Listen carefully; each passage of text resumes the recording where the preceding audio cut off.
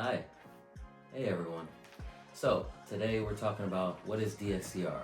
I get asked this literally every single day besides weekends. So DSCR is debt service coverage ratio.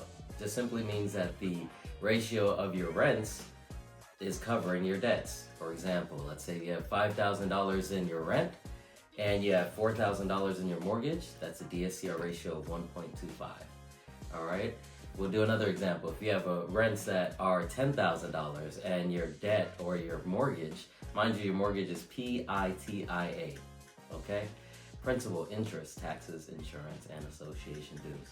Now, when you have your rents covering your PITIA or your mortgage, let's say $10,000 on rents, $5,000 in mortgage, that's a DSCR ratio of 2, all right? So you get in the math on it.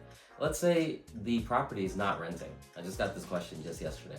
If the property is not renting in general, let's say it doesn't even have any renters in there, or you're forecasted to get some rents maybe later on. Whatever the scenario is, let's say you don't have renters, okay? Now, what the lender and the banks are gonna do is use market rent. What that is the short-term rental data and analysis of AirDNA.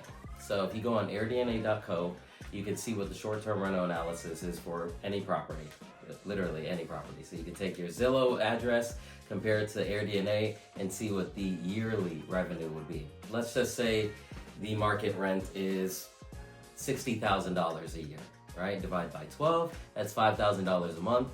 If you're $5,000 a month in market rent, or just rent in general, and $4,000 in your mortgage, well, it's still a DSCR ratio of 1.25. So that's how the banks actually take the DSCR ratio. Now, what if, again, you just don't have market rents or your market rent is below, right? They're below the mortgage in your PITIA. Let's say your rent is $3,000 and your mortgage is $4,000. What are you gonna do then? It's called a no ratio, or 0.75. So we can go basically 25% below the rents. But nowadays, we could even do a no ratio. So even if you have literally no rents, no leases, things like that, we could still do a DSCR refinance for you, whether that's cash out, rate, and term, or you could do a DSCR purchase. What a lot of people are doing nowadays, though, is a really cool and nice strategy. They're, let's say, purchasing a property or getting it through seller finance, or however you're acquiring the property, right?